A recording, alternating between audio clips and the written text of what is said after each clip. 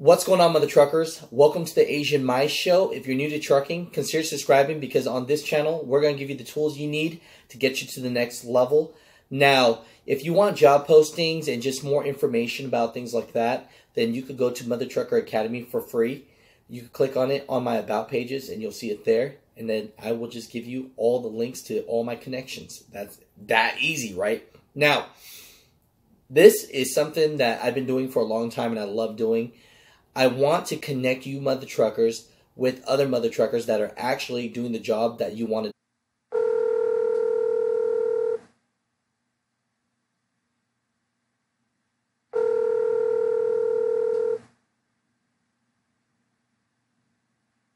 Or make it home. Hey, what's up, bro? What's going on, Wes? So, just letting you know, you are on the Theasianmaishow. So, so I'm just letting you know that right now. So what I really wanted to do actually was, I want to actually be on your channel. So everyone on the Mother Trucker, the Theasianmaishow here, as you can see, Wes L, he has 38 subscribers. And the crazy part about this is he really just started his YouTube channel to help other people that wanted to get into flatbedding, right? So you're a flatbedder. Did I say that right? Because I'm a bed bugger. I don't want to call you a flatbedder if that's not what you're called. No, that's it. Flatbedder or skateboarder. Oh, skateboarding. So since the Theasianmaishow is all about helping people out with jobs and opportunities. Right. Let's I don't want to get too much into your personal, but can we talk a little bit about that today? Yeah, we can talk numbers. Yeah, I'm fine with numbers. And for people that don't know, Wes Livin, he was a firefighter before for how many years, brother? 13. So he was a firefighter for 13 years. So he's a person that went from a career-based job and then went into trucking as a career. Because I think that's good to bring up sometimes because a lot of people, they might just come out of maybe, high school or college and they might be living at home and they're just looking for something. But you actually have, tell me your situation as far as personal life. Oh, well, I have a wife and a son, and just the firefighting at the time, just the money wasn't that good. I mean, I was making about $38,000 gross. So when you make $38,000 gross, you're probably bringing home like $28,000, after taxes and insurance and all that stuff. So I like driving. So I like driving big trucks and stuff. So that's how I ended up exploring this industry and this career. No, that's awesome. And so what's a quick power tip for the people that they're scared of dropping their job to get their CDL because they got to feed their family? I mean, how do you get across that? What was your way of doing it, and what do you suggest to people that have to still got to work to feed, to put food on the table? You know what I'm saying? All right, there's two ways. There's multiple ways, but the first thing I would say is explore do your research. Your channel is good and some other channels, but look for truck driving schools in your area. There's 2 in North Carolina where I'm from that do weekend truck driving schools. So when it's weekend, you can keep your 9 to 5, and in like 2 or 3 months going on the weekends, you can get your CDL, your Class A, and they even finance. So like you can give them like $1,000 down and then pay payments until you're done. So that's one way. The other way is if you've been in the military, use your educational benefits to pay for truck driving school. And then the third way, my least favorite way, is to get with a company that will pay for your school so you can earn while you learn, but you're not going to earn a lot though. That's the only problem. No, I hear you. So, I mean, with a quick step, what was the way you did it in a quick step? So you went to school in North Carolina. you used your VA loan, right? Your GI Bill. My GI Bill. Yes. GI Bill. So you use your GI Bill, and so okay, real quick for people that are using their GI Bill, what kind of school does it have to be to approve for that? As long as they're accredited or upstanding school, if they're listed as a vocational school, or as long as they're a state credentialed school, it's fine. The GI Bill will pay for any school as long as they're up, on the up and up. And let me give a tip that I just learned about. So just say the GI Bill will pay. Just say you have like 7 months left on your GI Bill, right, for education purposes, and the school takes up 1 month. When you're training with your company, right? Yep. There's 6 other months. They could actually use that for driver training at the company, and you can get reimbursement and make an extra $6,000 for training, right? Right, because you'll get like about $1,000 a month in housing allowance that helps you.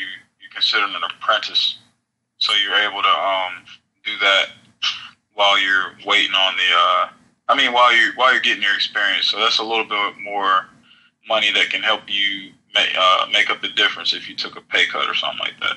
Okay, so let's jump onto. I'm gonna jump on your channel. So everybody knew right now I'm on Wes L's channel, and he has 38 subscribers. If you're looking into being a flatbed owner operator, how long did it take you to be a flatbed owner operator from going to school? From quitting being a fireman to going to school to being an owner operator, how long did that take? Okay, so I went to TMC Transportation for 6 months, and probably at around month 4, I just started looking into how I could do it. So my CDL school was 1 month. It was only a month. Then I went to TMC for 6 months. And because I'm in the military, CRST allows you to come on as a lease operator if you have 6 months of truck driving experience and you have military experience. So that's why I was able to do 6 months. Anyone else, it's a year. You need a year OTR. Right. So it took me 6 months to go to CRST, and I've been with CRST a year. Okay, so basically, less than almost a year and some change, you became an owner operator. Some people, of course, they're gonna hate. They're gonna say, okay, lease owner operators, they don't make money, whatever that bullshit, right? Right. But for people that say that, what are your thoughts about being an owner operator, lease operator, company driver? I mean, at the end of the day, what are you really trying to do? Okay, so the benefit of being with Malone, CRST Malone, is they don't try to make money off of the truck. So you can get a truck anywhere from, like a 2016, 2017 truck for $30,000 to $50,000. That's all you owe on it. And the payments are usually around $3 something a week. But as long as you're, working or whatever, and you pay it off in about 2 years. So where else can you pay off a truck in 2 years? Right. So just manage your situation and how the contract is posed. And mostly, I want to say for all the mother truckers out there too is, don't worry if people think you're a company driver. Don't worry if they think you're an owner operator. If you are a lease owner operator, if you have your own authority or not. The number one goal that we're all trying to do is after your X amount of bills, expenses, including the truck and whatever the hell it is, and whatever contract you're doing, the money that you make after can provide for your family and it's making more than it was, then that's a good situation, right? Yep, exactly. So let's jump into your video real quick. You said my $1,000 load from PA to VA, right? So how many miles is that? It was less than 420 loaded miles. So 420 loaded miles, and you made $1,000 gross, or is that in your pocket? No, that was a pocket. So gross was $14.20 on the line haul. Kind of cold out here, trying to get myself together. And then they gave me $170 for fuel. So, in other words, they offset your fuel costs by giving you a fuel surcharge, and the shipper pays for that. I'm trying to snowing. And then let's see. I put about, so if you do the math at 7 miles per gallon, 400 miles, 7 into 4 goes 7 times. So let's just say 7. You need about 70 gallons of fuel. So 70 gallons at an average of $2.50 right now. Well, let's just say it was 7 times 2, 140. So you're looking at about $200 you need for fuel. So basically, I came out of pocket $30 for fuel, and you get 75% of the line haul. So the line haul was $14.20, so I get 75% of that. Dang! So you're making you're making some money, brother. And then I also got $100 to tarp it. Oh, really? So, and I get 100% of the $100. Like CRST doesn't take any of our tarp pay. Really? So okay. So let me go back real quick, and my volume might have been messed up a little bit on my desktop because I had the YouTube going at the same time. But real quick, so you did a load from PA to VA, and that was about 400 and some odd loaded miles, right? Right. And from that, your actual put in pocket after the fuel and all that stuff was about $1,000, and right. NCRST paid you $100 to tarp it, right? Right. And so it looks really cold where you are, buddy. And okay, I see you have you're doing a tarping right here. So let's look at this right now for people in the day in the life. Any recommendations while you're doing this? I'm looking at it from the beginning of the tarping, right? Right. So that was me taking the tarp off. When I did have to tarp it, there was snow on the ground, but it wasn't snowing. So the tarping only took me about, I'd say 10 minutes to do. Probably 10 minutes. It was one tarp, and then I just had to roll it out and bungee it down. So that only took about 10 to 15 minutes. And, you know, like I said, I got paid $100 for it. Normally, tarp pays around maybe $50, but that one paid $100. So walk me through. So while we're watching you strap this, it's looking beautiful. By the way, they say that flatbed jobs aren't that consistent. I mean, how much are you making? How much are you making basically take home a month, and then how much are you home? So right now was considered, up until December was considered a slow season. So it was really slow, but take home like 3 to 4, and maybe, you know, sometimes more. Like I'm on track to do probably 2,500 this week take home. So it just depends on the it just depends. It just so my wife's over here dancing and twerking, making me laugh on because I said the 2,500 take home for the week. Well, you know what's funny is you said 2,500, and then Jen over here started twerking too. So I have no clue what that means. But for all you mother truckers out there, a wise man once said, "Bands to make them dance." So just remember that, mother truckers. Bands to make them dance, you know. Well, see, so let's talk about why I said 2,500 for this week. So, like I said, we're coming out of the slow season, but now we're in January. I guess because all the plants were down and they were, you know, had people on vacation for Christmas and Thanksgiving and stuff. Well, now they're like up and they're kind of like trying to get everything ran that they didn't run before during the holidays. So there's plenty of loads. So right now it's pretty. So at CRST we have a load board. Before I even deliver the load, I've had people calling me, offering me loads. So that's why that's why I said I'm on track. If I don't do another load for the week, I'm already on track to make that. I'm making $5,400 gross, and I figured I'll do about half of that to my pocket. And we're talking about that for the week, right? Yeah, for the week. So on average of the month, you could take home anywhere between $4,000 to $7,000, depending on what it is put in your pocket. Yeah, this month, yeah. Because like I said, we're coming out of the slow season, but right. it's picking up now, you know, and so everything is looking a lot better. So a whole lot better. So at the end of the year, what's the annual income for someone that does flatbed or getting into it? You know, like that's a year into it or whatnot.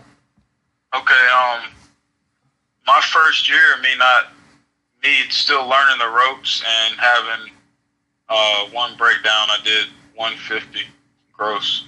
I guess you could go about half of that net, but also you got to remember that that's also part of that paid for my truck. So right, which is building your own business. You right? Right, exactly. So you're making more money than you're making double of what you're making as a fireman, and and you're home more. And I'm home every weekend. I only stayed out probably 4 weekends this entire 2018. I probably only stayed out 4 or 5 weekends. That was it. So does it matter where you live across the nation, or do most flatbedders, they get home a little bit more and they can find themselves making about $60,000 a year, basically home almost every other weekend or home every weekend? The bad place to live is probably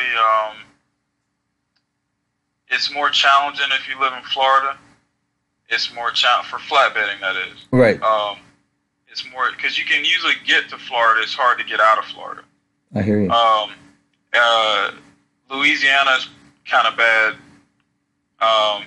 Kansas is kind of bad too.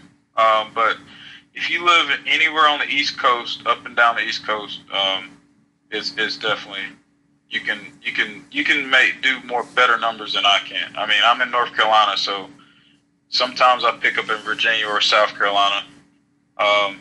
And sometimes I look up and pick up in Greensboro, 15 minutes from where I live. So overall, it's like if other mother truckers out there want to contact you and jump on your channel to reach you out, you think you might be able to set them on the right track? No doubt.